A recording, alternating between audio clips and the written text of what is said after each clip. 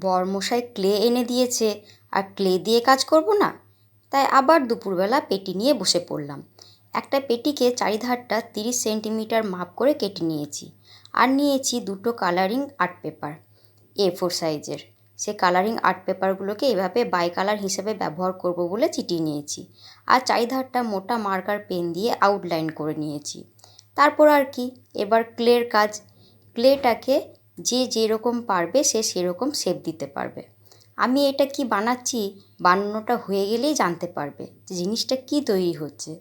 আর এটা কিন্তু বানানো খুব সোজা। আমি এর আগে কোনোদিন ক্লের কাজ করিনি, একদম সত্যি কথা বলছি। আমি এই প্রথমবার ক্লের কাজ করছি। দেখা যাক শেষ পর্যন্ত কি হয়। আর ভালো লাগলে অবশ্যই কমেন্ট করে জানিও। Thank you.